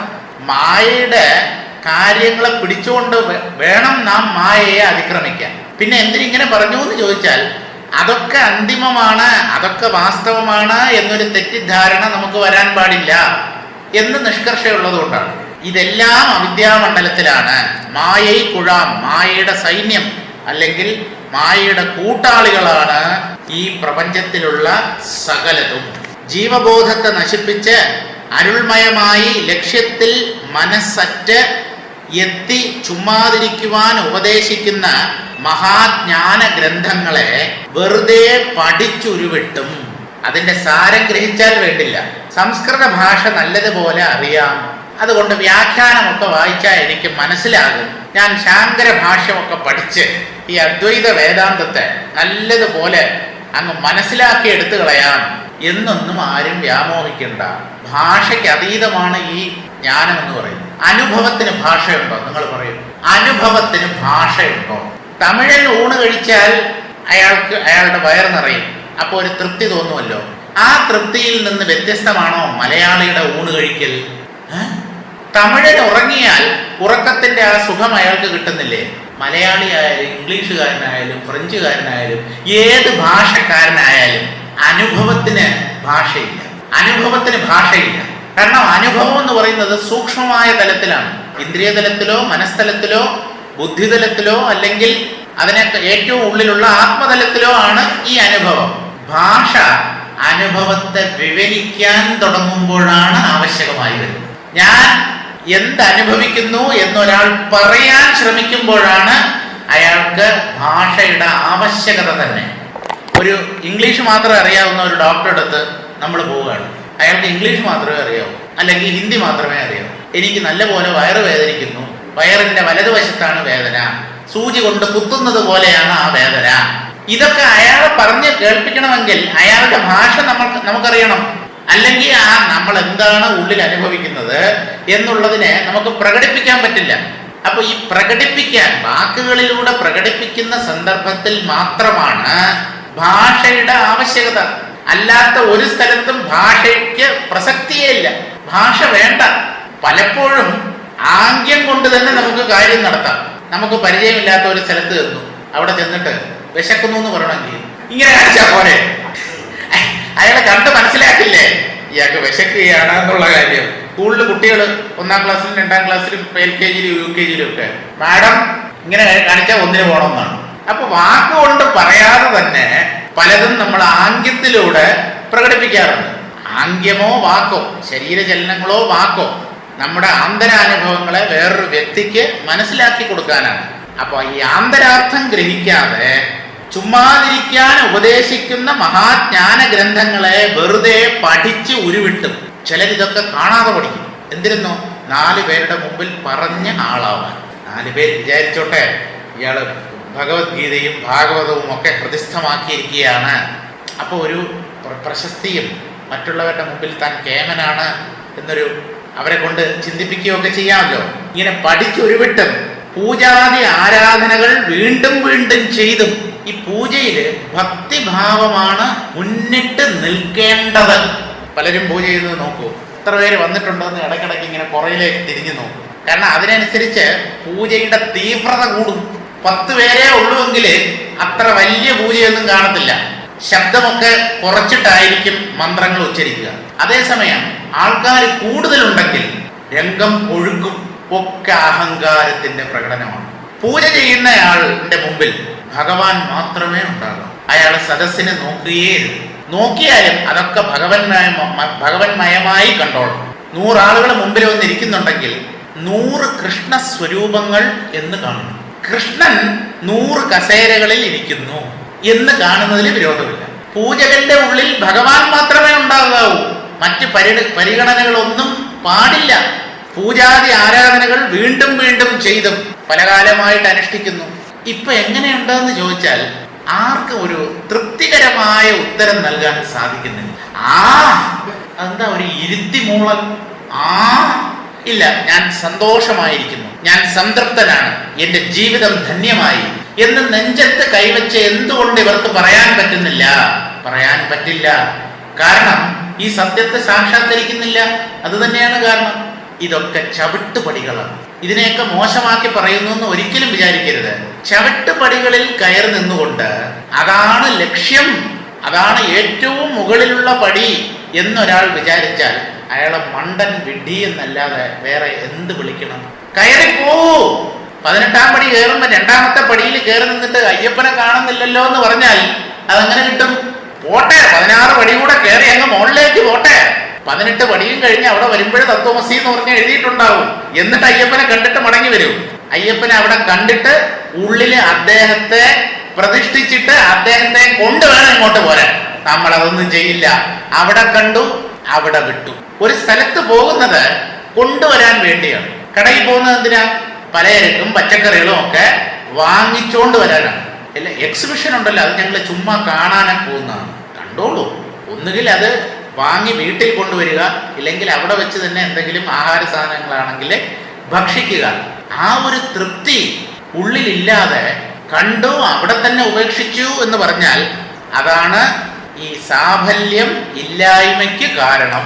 ജീവിതം സഫലമായി, സാർത്ഥകമായി, ധന്യമായി എന്നൊരു ഭാവം ഈ പൂജകന്മാർക്കുമില്ല, ഭക്തന്മാർക്കുമില്ല, വേദപണ്ഡിതന്മാർക്കുമില്ല. തനിക്കുണ്ടോന്ന് എന്നോട് ചോദിക്കരുത്, നിങ്ങൾക്കുണ്ടോന്ന് നിങ്ങൾ സ്വയം പരിശോധിക്കുക. ആരാധനകൾ വീണ്ടും, പൂജാതി ആരാധനകൾ വീണ്ടും വീണ്ടും ചെയ്തും ജീവബോധം നീക്കാതെ ഈ അഹങ്കാര നാശത്തിന് മാത്രം ആരും ഒരു പ്രാധാന്യവും നൽകുന്നില്ല. ഇവൻ ഉള്ളിലിരുന്ന് തടിച്ചു കൊഴുക്കുകയാണ് ചെയ്യുന്നത്. അതൊന്ന് തേഞ്ഞു മാഞ്ഞ് പോകണം എന്ന് ആർക്കും ആഗ്രഹവുമില്ല. ആരും അവരെ പറഞ്ഞു കേൾപ്പിക്കുന്നുമില്ല. കേട്ടാലും ഇവരെ ഉൾക്കൊള്ളാൻ തയ്യാറുമല്ല. ഇങ്ങനെ വരുമ്പോൾ എങ്ങനെയാ നമുക്ക് പുരോഗതി ഉണ്ടാവുക? ജീവബോധം നീക്കാതെ ആസനങ്ങൾ ബന്ധിച്ചും ഈ യോഗാസനം, യോഗ മാസ്റ്റർ പല യൂണിവേഴ്സിറ്റികളിലും ഒരു കോഴ്സ് തന്നെ ആയിട്ടുണ്ട്. ഇവിടെ ഇപ്പോൾ യോഗയിൽ ബിരുദം, ബിരുദാനന്തര ബിരുദം, ഗ്രാജുവേഷനും പോസ്റ്റ് ഗ്രാജുവേഷനും ഒക്കെ യോഗയിലാണ്. യോഗയൊക്കെ പഠിപ്പിക്കുന്ന ഒരാൾ എന്നെ വന്ന് കണ്ടു. യോഗ ക്ലാസ്സൊക്കെ എടുക്കുന്ന ആളാണ്. കുറെ കുട്ടികളൊക്കെ വരുന്നുണ്ട്, ഒക്കെ ശരിയാണ്. ഞാൻ ചോദിച്ചപ്പോൾ ഈ എന്നെ വന്ന് കണ്ടതിന്റെ ഉദ്ദേശം എന്താണെന്ന് ചോദിച്ചു. മനസ്സിന് ഒരു സ്വസ്ഥതയില്ല. ഒരു യോഗാചാര്യൻ പറയേണ്ട മറുപടിയാണ് അത്. യോഗ ചിത്തവൃത്തി നിരോധ, പാതഞ്ജലി യോഗസൂത്രത്തിന്റെ 1ാമത്തെ സൂത്രമാണ്. ചിത്തവൃത്തികളെ നിരോധിക്കുകയാണ് യോഗം എന്നതുകൊണ്ട് ഉദ്ദേശിക്കുന്നത്. ചിത്തവൃത്തികൾ നിരോധിക്കപ്പെടാതെ നമ്മുടെ മനസ്സിനെ മതിക്കുമ്പോഴാണല്ലോ ഈ അസ്വസ്ഥത അനുഭവപ്പെടുന്നത്. അപ്പോ ഇവർ മറ്റുള്ളവർക്ക് എങ്ങനെ സ്വസ്ഥത നൽകും? അപ്പൊ അവർ പറയുന്നത് എന്തെന്നോ, ഞങ്ങൾ ഈ മനസ്സിനെ ഒന്നും വലിയ കാര്യമാക്കിയിട്ടില്ല. ഞങ്ങൾക്ക് ഫിസിക്കൽ ഫിറ്റ്നസ് ആണ്. അതിന് വല്ല ജിമ്മിൽ പോയാൽ പോരെ. ഈ യോഗ എന്തിനാണ് നിങ്ങൾ കൂട്ടുപിടിക്കുന്നത്?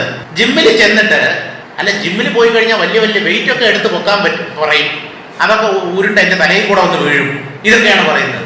യോഗം എന്നുള്ളത് മനസ്സിനെ പാകപ്പെടുത്താനാണ്. മനസ്സിനെ പാകപ്പെടുത്താൻ ബലിഷ്ഠമായ അരോഗ ദൃഢഗാത്രമായ ഒരു ശരീരം വേണം. ശരീരത്തിൽ എന്തെങ്കിലും വേദനയോ അസുഖമോ ഉണ്ടെങ്കിൽ മനസ്സ് അതിലേക്ക് പോകും. അപ്പൊ ആദ്യം ശരീരത്തെ ഫിറ്റാക്കി വെക്കണം. ഫിറ്റ് എന്ന് പറയുമ്പോൾ നിങ്ങൾ വേറൊന്നും വിചാരിക്കേണ്ട കേട്ടോ. ശരീരത്തെ ഫിറ്റാക്കി വെക്കണം. അത് കഴിഞ്ഞിട്ട് മനസ്സിനെ ഫിറ്റാക്കണം. അപ്പൊ ശരീരത്തിന് ഉള്ള ആരോഗ്യം വളരെ പ്രധാനമാണ്. കാരണം ശരീരത്തിൽ എവിടെയെങ്കിലും വേദനയുണ്ടെങ്കിൽ ഈ മനസ്സിന് അന്തർമുഖമാകാൻ കഴിയില്ല. പെട്ടെന്ന് ആ വേദനയുള്ള ഭാഗത്തേക്ക് ഈ മനസ്സ് ഓടിയെത്തും. അപ്പോൾ എങ്ങനെ അത് അന്തർമുഖമാകും? പക്ഷേ യോഗം ഇപ്പോൾ ഈ തരംതാണ നിലയിലാണ് പ്രചരിപ്പിക്കപ്പെടുന്നത്. അഷ്ടാംഗ യോഗമാണ്. യോഗ എന്ന് പറഞ്ഞ ഒന്നില്ല. യോഗം എന്ന് പറയുന്നതിന് 8 അംഗങ്ങളുണ്ട്. യമം, നിയമം, ആസനം, പ്രാണായാമം, പ്രത്യാഹാരം, ധാരണ, ധ്യാനം, സമാധി. ഇതില് യമം നിയമം ഇല്ലേ ഇല്ല. ആദ്യത്തെ 2 പടി ഇല്ല. ആസനം, പ്രാണായാമം അതുണ്ട്. 2 4. പിന്നെയുള്ള 4 ഇല്ലേ ഇല്ല. ഈ യോഗം മനുഷ്യരെ എവിടെ കൊണ്ടുവന്നെത്തിക്കും? യമം നിയമം എന്ന് പറഞ്ഞാൽ ജീവിതത്തിൽ നമ്മൾ അനുവർത്തിക്കേണ്ട മൂല്യങ്ങളാണ്. സത്യസന്ധത, അഹിംസ, ധർമാചരണം, ഈശ്വരാരാധന, ഇങ്ങനെയുള്ള മൂല്യങ്ങളാണ് യമം നിയമം എന്നുള്ള 2 എണ്ണത്തിൽ പെടുന്നത്. അതിലൊരു പ്രധാനപ്പെട്ട ഘടകം ആഹാരശുദ്ധിയാണ്. ഇതല്ല, ഞാൻ അവരുടെ അടുത്ത് അവസാനം പറഞ്ഞു വിട്ടതാണ്. നിങ്ങളുടെ കൂടെ നിങ്ങളുടെ അടുത്ത് യോഗ പഠിക്കാൻ വരുന്നവരുടെ അടുത്ത് ആദ്യം മാംസഭക്ഷണം വർജിക്കണമെന്ന് പറയും. ആദ്യം അവിടുന്ന് വേണം തുടങ്ങാൻ. നമ്മുടെ യോഗയും അതാണല്ലോ വാക്ക്. യോഗവുമല്ല, ഇംഗ്ലീഷുകാരുടെ ആണല്ലോ യോഗ. ആ യോഗയും ആധ്യാത്മികതയും തുടങ്ങേണ്ടത് നമ്മുടെ വീട്ടിലെ അടുക്കളയിൽ നിന്നാണ്. അതിനകത്ത് ഈ മത്സ്യമാംസ മുട്ടകൾ ഒന്നും കയറ്റരുത്. ഒരു സാധനം അതിനകത്ത് കയറ്റരുത്. അല്ല, അതില്ലാതെ ഞങ്ങൾക്ക് പറ്റില്ല. നിങ്ങൾ യോഗിയാവാൻ പോകുന്നില്ല. ആഹാരശുദ്ധവും സത്വശുദ്ധി എന്നാണ് പറയുന്നത്. ഉപനിഷത്താണ്, ഛാന്തോക്യം പറയുന്നതാണ്. ആഹാരശുദ്ധവും സത്വശുദ്ധി. ആഹാരം ശുദ്ധമായാൽ, കഴിക്കുന്ന ഭക്ഷണം സാത്വികമായാൽ മനസ്സ് ശുദ്ധമാകും. ഈ ചിത്തശുദ്ധി ഇല്ലാതെ എങ്ങനെയാ സ്വസ്ഥത കിട്ടുക? അതുകൊണ്ട് ആഹാരത്തിൽ നിന്ന് തുടങ്ങണം. അവരുടെ അടുത്ത് പറഞ്ഞു, മത്സ്യമാംസാദികൾ നിങ്ങൾ കഴിക്കുന്നുവെങ്കിൽ നിങ്ങൾ ഇവിടെ പഠിക്കാൻ വരണ്ട, അല്ലെങ്കിൽ ഇത് പഠിച്ചാൽ പ്രയോജനമില്ല, ഇത് നിങ്ങൾക്ക് ഉപകരിക്കാൻ പോകുന്നില്ല എന്ന് സ്ട്രിക്റ്റ് ആയിട്ട് പറയൂ. ശരിയെന്ന് പറഞ്ഞാണ് പോയത്. പറയുമായിരിക്കും. ചിലപ്പോൾ കുട്ടികളുടെ വരവ് തന്നെ നിന്നു എന്ന് വരും. കാരണം നാവിൻ്റെ രുചിക്ക് മുൻതൂക്കം നൽകിക്കൊണ്ട് മറ്റെന്തിനേയും ത്യജിക്കാൻ മടിക്കാത്ത കൂട്ടരാണ്. ഒന്ന് പറഞ്ഞു നോക്കൂ, ഇന്ന സാധനങ്ങൾ കഴിക്കരുതെന്ന്.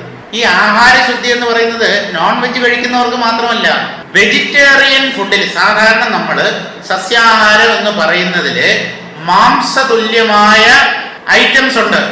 അതിനെയും വർജിക്കണം എന്നാണ്. ഉള്ളി, വെളുത്തുള്ളി, മുരിങ്ങിക്ക, ഇതുപോലുള്ള സാധനങ്ങൾ അതൊക്കെ ചെടികളിൽ നിന്ന് കിട്ടുന്നതല്ലേ? ചെടികളിൽ നിന്ന് കിട്ടുന്നത് തന്നെ. പക്ഷേ അവൻ അകത്ത് ചെന്നാൽ പ്രവർത്തിക്കുന്നത്, അവന്റെ സ്വഭാവം മാംസത്തിന്റെ സ്വഭാവം കാണിക്കും. മനസ്സിനെ ചഞ്ചലമാക്കും, കാമവികാരത്തെ ഇളക്കിവിടും. അതുകൊണ്ട് അങ്ങനെയുള്ള ആഹാരത്തെ വർജിച്ചാൽ നിങ്ങളുടെ മുമ്പോട്ടുള്ള പ്രയാണം സുഗമമാകും. അതിനു വേണ്ടിയാണ് ഇത്. കഴിച്ചാൽ എന്താ? കഴിച്ചിട്ട് നല്ലപോലെ എക്സസൈസ് ചെയ്താൽ എന്താ? ഇതിനും മനസ്സിനും തമ്മിൽ എന്താ ബന്ധം? ഈ വെജിറ്റേറിയൻസ് ഒക്കെ സാത്വികന്മാരാണോ? അല്ല. അവരുടെ ചോദ്യം വളരെ ശരിയാണ്. വെജിറ്റേറിയൻസ് എല്ലാവരും സാത്വികന്മാരല്ല. പക്ഷേ സാത്വികാഹാരം കഴിച്ചാൽ മനോനിയന്ത്രണത്തിന് അത് വളരെ സഹായിക്കും. അതുകൊണ്ട് എന്തുകൊണ്ട് ആ സസ്യാഹാരത്തെ അല്ലെങ്കിൽ സാത്വികാഹാരത്തെ പിന്തുടർന്നുകൂടാ? ഇതാണ് ചോദ്യം. നമുക്ക് എപ്പോഴും എളുപ്പമാണല്ലോ വേണ്ടത്. എളുപ്പത്തിൽ കാര്യം വേണം. അതിനാണ് ഈ നിയമങ്ങളൊക്കെ. അപ്പൊ അതില് നടുക്കുള്ള യമം നിയമം വിട്ടിട്ട് ആസന പ്രാണായാമങ്ങളിൽ ഒതുങ്ങുന്നു. പിന്നെ നേരെ ചാടുന്നത് എവിടെയെന്നോ? ധ്യാനം. കണ്ണടച്ചു കഴിഞ്ഞാൽ ധ്യാനമാവുന്നാണ് പലരും വിചാരിച്ചു വെച്ചിരിക്കുന്നത്. കണ്ണടച്ച ആദ്യം വരുന്നത് ഉറക്കമാണ്. ഉറക്കം അല്ലെന്നുണ്ടെങ്കിൽ പണ്ട് നടന്ന കാര്യങ്ങളും നടക്കണമെന്ന് നമ്മൾ ആഗ്രഹിക്കുന്ന കാര്യങ്ങളും ഒക്കെ ഇങ്ങനെ മനോമണ്ഡലത്തിൽ തെളിഞ്ഞു വരും. പലരും ഉറങ്ങുകയാണ് ചെയ്യുന്നത്. ആ ഉറക്കത്തിലൊരു സുഖമുണ്ടല്ലോ, അവർ വിചാരിക്കുന്നത് ധ്യാനത്തിൽ നിന്ന് കിട്ടുന്ന സുഖമാണെന്ന്. വഞ്ചിക്കപ്പെടുകയാണ് ജനങ്ങൾ. എണീറ്റ് വരുമ്പോൾ ഇന്നത്തെ ധ്യാന ക്ലാസ് ഗംഭീരമായി. എന്താ, ഒന്നും അറിഞ്ഞില്ല എന്ന് ആശ ഉറങ്ങിപ്പോയതാണ്. പ്രാണായാമം, ആസനം, പ്രാണായാമം, പ്രത്യാഹാരം, ധാരണ കഴിഞ്ഞിട്ടാണ് ധ്യാനം. അതിന്റെ അടുത്ത സ്റ്റെപ്പാണ് സമാധി. സമാധി ഒന്നും ആർക്കും വേണ്ട, എല്ലാവർക്കും ധ്യാനം മതി. അപ്പൊ ഇതൊന്നും ഫലപ്രദമാകാതെ പോകാൻ കാരണം വേണ്ടവണ്ണമുള്ള അവബോധം ജനങ്ങളിലില്ല. പൈസ ഉണ്ടാക്കാൻ വേണ്ടി ഉള്ള ഒരു മാർഗമായി ഈ യോഗത്തെ ആൾക്കാർ കരുതുന്നു. കുറെ പേര് അതിന് ഇരയാകുന്നുമുണ്ട്. പൂജാതി ആരാധനകൾ വീണ്ടും വീണ്ടും ചെയ്തും ജീവബോധം നീക്കാതെ ആസനങ്ങൾ ബന്ധിച്ചും, കൈകാലുകളൊക്കെ കെട്ടി നിർത്തുക. സ്ഥിരം സുഖമാസനം എന്നാണ്. അനങ്ങാതെ ഒരേ പോസ്റ്ററിൽ കുറെ നേരം ഇരിക്കുന്നതിനെയാണ് ആസനം എന്ന് പറയുന്നത്. അതായത് ഏത് സ്ഥിതിയിൽ നമുക്ക് ദീർഘനേരം വേദനയൊന്നും കൂടാതെ ഇരിക്കാൻ കഴിയുന്നോ അത് ആസനം. ആസനങ്ങൾ പലതുണ്ട്. പത്മാസനം, ശീർഷാസനം, കുടാസനം, മയൂരാസനം, അർദ്ധപത്മാസനം. ആസനങ്ങൾക്ക് ഒരു പഞ്ഞവുമില്ല. സാധാരണ നമ്മൾ ഇരുന്ന് കഴിഞ്ഞാൽ ഒരേ പോസ്റ്ററിൽ ഇരുന്ന കുറെ കഴിയുമ്പോൾ കയ്യോ കാലോ ഒക്കെ വേദനയും, ഇല്ലെങ്കിൽ നടുവേദനയും. ഈ ആസനങ്ങളിൽ ഇരുന്നാൽ അങ്ങനെയുള്ള ബുദ്ധിമുട്ടില്ല. ശരീരത്തിൽ ആ വേദന പ്രത്യക്ഷപ്പെടില്ല. അപ്പോൾ മനസ്സിന് പെട്ടെന്ന് അന്തർമുഖമാകാൻ കഴിയും. ജീവബോധം നീക്കാതെ ആസനങ്ങൾ ബന്ധിച്ചും യോഗനിഷ്ഠ കൂടി സമാധി ശീലിക്കുന്നതുമെല്ലാം സത്യജ്ഞാനികൾ വിഫലമെന്ന് പരിഹസിക്കുകയേ ഉള്ളൂ. ജ്ഞാനി അങ്ങനെ അജ്ഞാനികളെ പരിഹസിക്കാൻ പാടുണ്ടോ? പരിഹസിക്കുകയല്ല, അവരുടെ ഉള്ളിൽ നിങ്ങൾ ചിരി ഉണർത്തുന്നു. എന്ത് ചെയ്യാൻ പറ്റും? ചിലരുടെ ചെയ്തികൾ കണ്ടാൽ നമുക്ക് ചിരിയാണ് ആദ്യം ഉണ്ടാവുക. അത് നിങ്ങൾ അയാളെ പരിഹസിക്കുകയാണ്. ചിരി ഉണർത്തുന്ന ഒരു കാര്യം കണ്ടാൽ മനുഷ്യന് ചിരി അടക്കാൻ പറ്റില്ലല്ലോ. ഇതുപോലെ ജ്ഞാനികളിൽ ചിരി ഉണർത്തുന്നതാണ് ഈ സാധകന്മാർ ചെയ്യുന്നത്. അറിവിന് അവർ പ്രാധാന്യം കൽപ്പിക്കുന്നേയില്ല. എല്ലാവർക്കും യോഗ മതി, ജ്ഞാനം ആർക്കും വേണ്ട. അത് മറ്റാർക്കോ ഉള്ളത് എന്നാണ് അവർ വിചാരിച്ചു വെച്ചിരിക്കുന്നത്. അടുത്ത പദ്യത്തിലേക്ക് കിടക്കാം. തൊഴിലിറുതി താനേ സുഖ ഉദയം എന്നാൽ തൊഴിലുദയം ദുഃഖമെന ചൊല്ലോം തൊഴിൽ ചെയ്യും വന്ദിഭോഗം പോലെ ഉണ്ടുടുത്തൻ മാത്രമായി ചിന്തിപ്പാരെ പേണി ചെയ്. തൊഴിലിറുതി താനേ സുഖ ഉദയം എന്നാൽ, തൊഴിൽ എന്ന് പറഞ്ഞാൽ കർമ്മം, ഇറുതി എന്ന് പറഞ്ഞാൽ കർമ്മങ്ങൾ ഇല്ലാതാവുക, കർമ്മവിരാമം. കർമ്മവിരാമമാണ്, കർമ്മത്തിന് ഒരവസാനം ഉണ്ടാകുന്നതാണ് സുഖത്തിന്റെ ഉദയം എന്ന് നിങ്ങൾ പറഞ്ഞാൽ. എന്ന് പറഞ്ഞാൽ തർക്കത്തിന് വേണ്ടി ഈ ഗ്രന്ഥകർത്താവിനോട് ആരെങ്കിലും പറഞ്ഞാൽ തൊഴിലിറുതി താനേ സുഖ ഉദയം എന്നാൽ തൊഴിലുദയം ദുഃഖമെന ചൊല്ലോം. തൊഴിൽ ഉദിക്കുന്നത്, കർമ്മം ഉദിക്കുന്നത് ദുഃഖമെന്ന് ഞങ്ങൾ പറയുന്നു. കർമ്മം അവസാനിക്കുന്നതാണ് സുഖോദയത്തിന് കാരണം എന്ന് നിങ്ങൾ പറഞ്ഞാൽ കർമ്മത്തിന്റെ തുടക്കമാണ് ദുഃഖത്തിന് കാരണം എന്ന് ഞങ്ങൾ പറയും. അപ്പൊ ഈ കർമ്മം ചെയ്തുകൊണ്ടിരിക്കുമ്പോൾ എങ്ങനെ സുഖം നേടാൻ പറ്റും? മനസ്സിനെ കർമ്മത്തിൽ മാത്രം വ്യാപരിപ്പിക്കുന്നത് കൊണ്ട് ഈ ആത്മാനന്ദം എങ്ങനെ അനുഭവിക്കാൻ കഴിയും എന്നാണ്. തൊഴിലിറുതിതാനേ സുഖമുദയം എന്നാൽ തൊഴിലുദയം ദുഃഖമെന ചൊല്ലോം തൊഴിൽ ചെയ്യും വന്ദിഭോഗം പോലെ ഉണ്ട് ഉടുത്തൽ മാത്രമായി ചിന്തിപ്പാരെ പേണി ചെയ്. തൊഴിൽ ചെയ്യും, കർമ്മം ചെയ്താലും, കർമ്മം ചെയ്യുന്നുണ്ടെങ്കിലും ആരെയാ അവിടെ പറയുന്നത്? ജ്ഞാനികളുടെ കർമ്മം. ജ്ഞാനികൾ കർമ്മം ചെയ്യുന്നില്ലേ?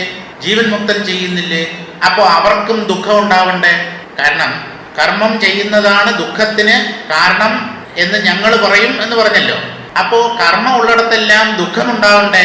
അപ്പോൾ ഈ ജ്ഞാനികളൊക്കെ പരമാനന്ദം അനുഭവിക്കുന്നു എന്ന് പറയുന്നത് ശരിയല്ലല്ലോ, തെറ്റിപ്പോയില്ലേ എന്നാണെങ്കിൽ അവർ കർമ്മം ചെയ്താലും സുഖം അനുഭവിക്കുന്നവരാണ് ജ്ഞാനി. തൊഴിൽ ചെയ്യും വന്ദിഭോഗം പോലെ. അതിനെന്താ ഒരു ഉദാഹരണം പറയുന്നത്? വന്തി എന്ന് പറഞ്ഞാൽ വന്ധ്യ, മലടിയായ സ്ത്രീ, പ്രസവിക്കാത്ത സ്ത്രീ. ആ വന്ധ്യ എന്നുള്ളതിന് തമിഴില് വന്തി എന്നാണ് പറയുന്നത്. വന്ദിഭോഗം പോൽ, വന്ധ്യയുടെ ഭോഗം പോലെ. ഇതിന് രണ്ടർത്ഥം പറയാം. ഇതിൽ കൊടുത്തിരിക്കുന്ന അർത്ഥം, ആത്മജ്ഞാനികളുണ്ടല്ലോ, അവർ ഈ പ്രപഞ്ചത്തെ മിഥ്യയായിട്ടാണ് കാണുന്നത്. അതുകൊണ്ട് ഈ പ്രപഞ്ചത്തിൽ നിന്ന് അവർക്കൊന്നും കിട്ടാനില്ല, യാതൊന്നും കിട്ടാനില്ല. അങ്ങേക്ക് എന്തെങ്കിലും വേണോ? ഭൂലോകത്തോ പാതാളത്തോ സ്വർഗത്തോ അല്ലെങ്കിൽ വേറെ ഏതെങ്കിലും ഊർധ്വലോകങ്ങളിലോ ഉള്ള എന്തെങ്കിലും അങ്ങേക്ക് വേണോ?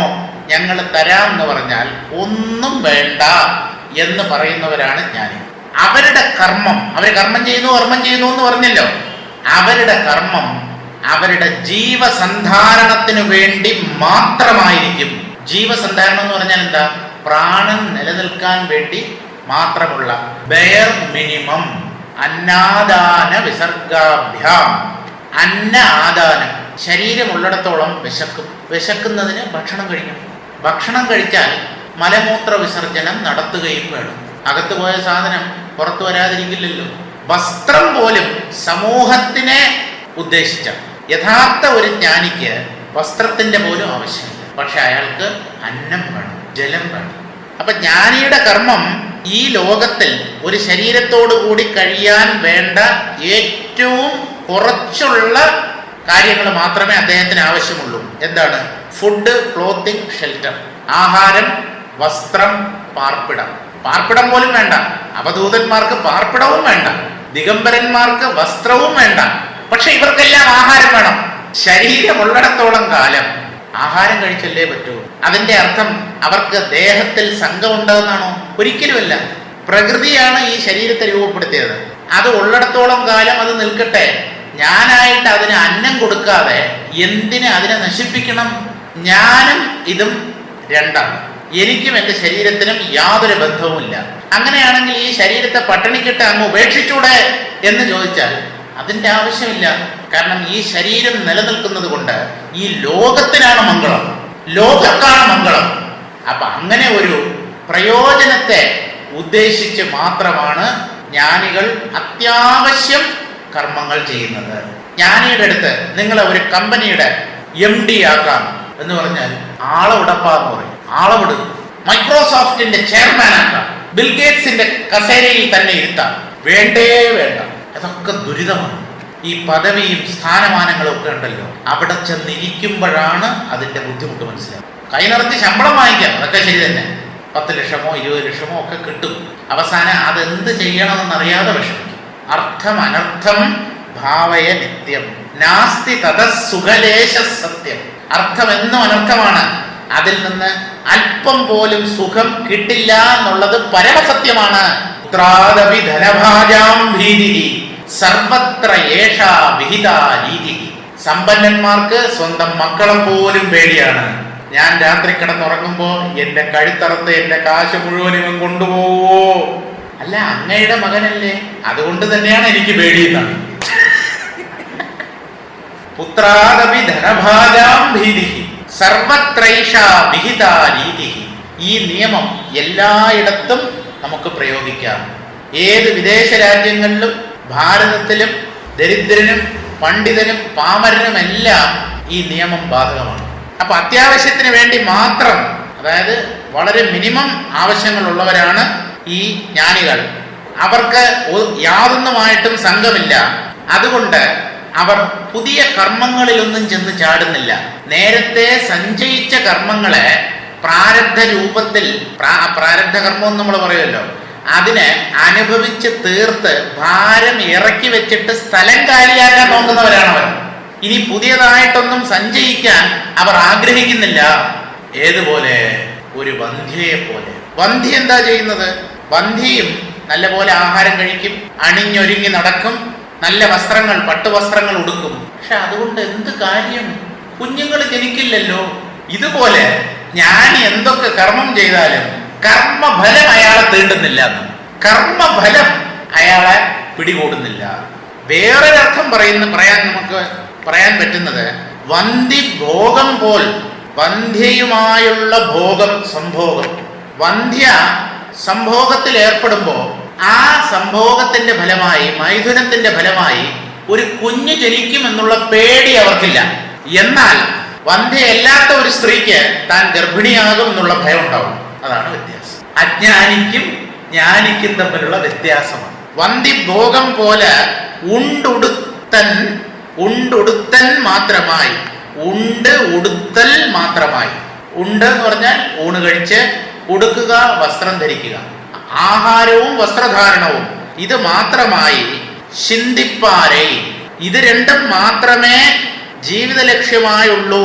അതായത് തിന്നുക, നല്ലപോലെ വസ്ത്രധാരണം ചെയ്യുക, ഇന്ദ്രിയ സുഖങ്ങളെല്ലാം അനുഭവിക്കുക, ഇതാണ് ജീവിത ലക്ഷ്യം എന്ന് അജ്ഞാനികളാണ് കരുതുന്നത്.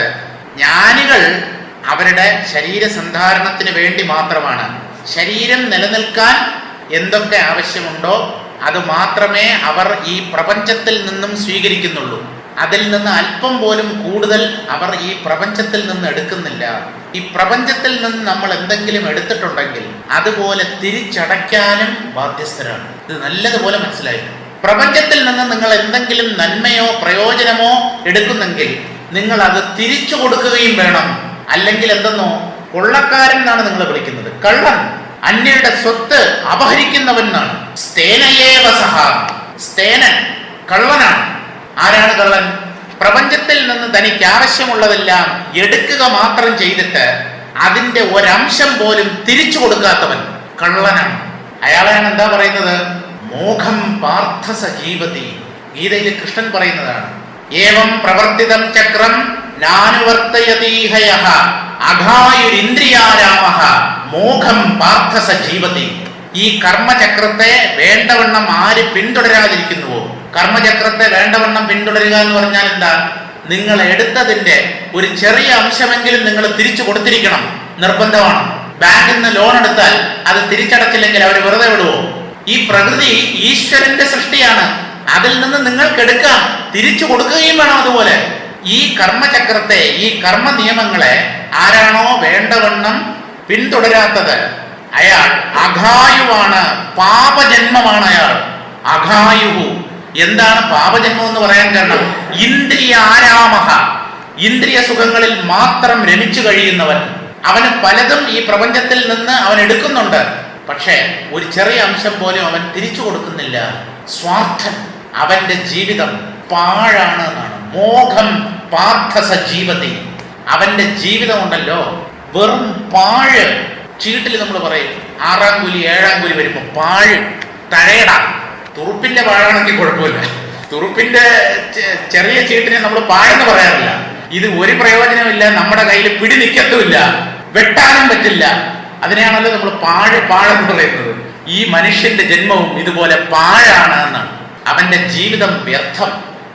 അതുകൊണ്ട് ജ്ഞാനികൾ ജീവിക്കുന്നത് പോലെ അത്യാവശ്യത്തിനുള്ളത് മാത്രം ഈ പ്രപഞ്ചത്തിൽ നിന്നെടുക്കും. വസ്ത്രം 10 ജോഡി 20 ജോഡി, പട്ടുസാരി 15ഉം 25ഉം. ജയലളിതയുടെ വീട്ടിൽ 300-600 അത്രയോ ഉണ്ടായിരുന്നു എന്നാണ്. എത്ര ജോഡി ചെരുപ്പുണ്ടെന്ന് കണക്കില്ല.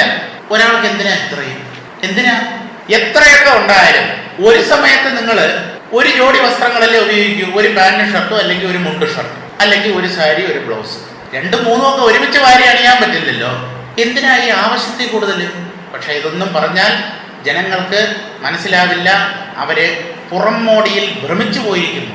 അതാണ് ഷോ ആണ് എല്ലാവർക്കും വേണ്ടത്. വസ്ത്രങ്ങളിലാണോ നിങ്ങളുടെ പകിട്ടും പടാടോപവും കാണിക്കേണ്ടത്? നല്ല ഗുണങ്ങൾ ഉള്ളവരായിത്തീരും, ഗുണമേന്മയുള്ളവരായിത്തീരും. അങ്ങനെ ജനങ്ങൾ നിങ്ങളെ ഇഷ്ടപ്പെടണം. അല്ലാതെ നമ്മുടെ പണവും പ്രതാപവും പ്രൗഢിയും വസ്ത്രധാരണവും കണ്ട് ആവരുത്. അതിലൊന്നും ജനങ്ങൾക്ക് താല്പര്യമില്ല. എന്നാൽ പിന്നെ ഇങ്ങനെ ഷോ കാണിച്ച് മറ്റുള്ളവരെ ആകർഷിക്കാമെന്നാണ്. അതുകൊണ്ട് ഈ ജ്ഞാനികളെ ഉദാഹരണമായി വെച്ചുകൊണ്ട് നിങ്ങളുടെ ആവശ്യങ്ങളെ ക്രമീകരിക്കൂ. പേണിച്ചെന്ന് പറഞ്ഞാൽ നല്ലതുപോലെ അവരുടെ കർമ്മങ്ങളെ മനസ്സിലാക്കി അവർ പറയുന്നത് പോലെ അല്ലെങ്കിൽ അവർ പ്രവർത്തിക്കുന്നത് പോലെ പേണി വളർത്തുക എന്നൊക്കെ തമിഴിൽ പറയും. സ്നേഹത്തോടെ വാത്സല്യത്തോടെ അവരെ അനുസരിച്ച് അവരെ പിന്തുടർന്ന് അവര് ജീവിക്കുന്നത് പോലെ അതേ ജീവിത രീതി ഉൾക്കൊണ്ട് ചെയ്യൂ എന്നാണ്. എൻ്റെ മലയാളം വ്യാഖ്യാനം കൂടെ വായിക്കാം. പ്രാപഞ്ചികർ എപ്പോഴും സുഖത്തെ തന്നെയാണല്ലോ കാക്ഷിക്കുന്നത്. ഐഹിക സൗഖ്യത്തിനായി കൃഷി, കച്ചവടം, ഉദ്യോഗസ്ഥാനങ്ങൾ ഇവയ്ക്ക് വേണ്ടിയും പാരത്രിക സുഖത്തിനായി ചര്യാക്രിയാദികളിലും ഏർപ്പെട്ട് സുഖമടയുന്നതിലേക്ക് അനവരതം യത്നിക്കുന്നു. ഐഹികം എന്ന് പറഞ്ഞാൽ ഇഹലോകത്തിലുള്ളത്, പാരത്രികം പരലോകത്തിലുള്ളത്. സുഖം ഇവിടെയുണ്ട് അവിടെയുണ്ട്. അവിടെയുള്ളത് കൂടിയ സുഖമാണ്, ഇവിടെയുള്ളത് കുറഞ്ഞ സുഖമാണ്. സ്വർഗാദി ലോകങ്ങളിൽ കൂടിയ സുഖങ്ങളാണുള്ളത്. അപ്പോൾ ഇഹലോകത്തിലും പരലോകത്തിലുമുള്ള വിവിധ സുഖങ്ങൾക്ക് വേണ്ടി മനുഷ്യൻ പ്രയത്നിക്കുന്നു. ഫലമോ മറിച്ചും. എവിടെയെല്ലാം തൊഴിലുകൾ ഏർപ്പെടുമോ അവിടെയെല്ലാം ദുഃഖമല്ലാതെ സുഖം തനിച്ചുണ്ടാകുന്നില്ല. സുഖത്തോടൊപ്പം ദുഃഖവും കയറി വരും. സുഖം മാത്രമായി അനുഭവിക്കാൻ സാധ്യമല്ല. വൃത്തികൾ എവിടെയാണോ ഒടുങ്ങിക്കിട്ടുന്നത് അവിടെ സുഖം തനിയെ ഉദയമാകുന്നു. കർമ്മത്തെ ആശ്രയിച്ചാലാണ് ഈ ദുഃഖം സുഖത്തോടൊപ്പം കയറി വരിക. ചിത്തവൃത്തികൾ ഉപശമിച്ചാൽ, മനസ്സൊടുങ്ങിയാൽ അവിടെ ഉള്ളിലുള്ള യഥാർത്ഥ സുഖം തനിയെ ഉദിക്കുന്നു. മനുഷ്യ ജീവിതത്തിൽ തൊഴിൽ ഉപേക്ഷിക്കുക എന്നതും സാധ്യമാകുന്നതാണോ? അഥവാ തൊഴിലുകൾ ഏത് വിധത്തിലാണ് കൈകാര്യം ചെയ്യേണ്ടത് എന്ന് വിചാരിക്കുന്നതായാൽ നാളത്തേക്ക് എന്ന് കരുതാതെ ഉണ്ണുക, ഉടുക്കുക. ഭാവിക്ക് വേണ്ടി ചേർത്ത് വെക്കരുത് എന്ന്. ഈ മനുഷ്യൻ മാത്രമാണ് അടുത്ത നേരത്തേക്കുള്ള ആഹാരവും വസ്ത്രവും എല്ലാം ശേഖരിച്ച് വെക്കുന്നത്. കാട്ടിലെ മൃഗങ്ങളെ നോക്കൂ, അവയൊന്നും നാളത്തേക്ക് വേണ്ടി ശേഖരിക്കുന്നില്ല. പിന്നെ ശേഖരിച്ച് വെക്കുന്ന കൂട്ടരുണ്ട്. ഒന്ന് തേനീച്ച. ഈ തേനീച്ച ശേഖരിച്ച് വെക്കുന്നത് ഉണ്ടെങ്കിലും അതിന്റെ ആവശ്യത്തിന് വേണ്ടിയല്ല, അവസാനം മനുഷ്യരാണ് കൊണ്ടുപോകുന്നത്. രണ്ടാമത്തത് ഉറുമ്പ്. ഉറുമ്പിന് എന്തുകൊണ്ട് ഈ സ്വഭാവം വന്നു എന്ന് ചോദിച്ചാൽ, ജന്മനാ ഉറുമ്പിന് ഈ സ്വഭാവമില്ല, മനുഷ്യനെ കടിച്ചത് കൊണ്ട് കിട്ടിയതാണ്. അവന്റെ അതേ സ്വഭാവം നാളത്തേക്ക് ശേഖരിച്ചു വെക്കുക. തൊഴിലുകൾ ഏത് വിധത്തിലാണ് കൈകാര്യം ചെയ്യേണ്ടതെന്ന് വിചാരിക്കുന്നതായാൽ നാളത്തേക്കെന്ന് കരുതാതെ ഉണ്ണുക, ഉടുക്കുക എന്നീ വകയ്ക്ക് അവശ്യം വേണ്ട വിധത്തിൽ സംഘരഹിതമായി തൊഴിൽ ചെയ്യുന്നതല്ലാതെ മറ്റ് വിസ്താരമായ വിധത്തിലുള്ള തൊഴിലൊക്കെ ഒഴിയുക തന്നെ വേണം. ഒഴിവിൽ ഒടുക്കം. അതാണ്. ഇപ്രകാരം അനുഷ്ഠിച്ച് കൃതകൃത്യരായി തീർന്ന മഹാജ്ഞാനികളുടെ ജീവിതത്തെ നീയും അനുകരിക്കുകയാണ് നിനക്ക് ശ്രേഷ്ഠം. തുടർന്നുള്ള പദ്യങ്ങൾ നമുക്ക് നാളെ വായിക്കാം. ഓം പൂർണ്ണമദഃ പൂർണ്ണമിദം പൂർണ്ണാത് പൂർണ്ണമുദച്യതേ പൂർണ്ണസ്യ പൂർണ്ണമാദായ പൂർണ്ണമേവാവശിഷ്യതേ. ഓം ശാന്തി ശാന്തി ശാന്തി. ഹരി ഓം.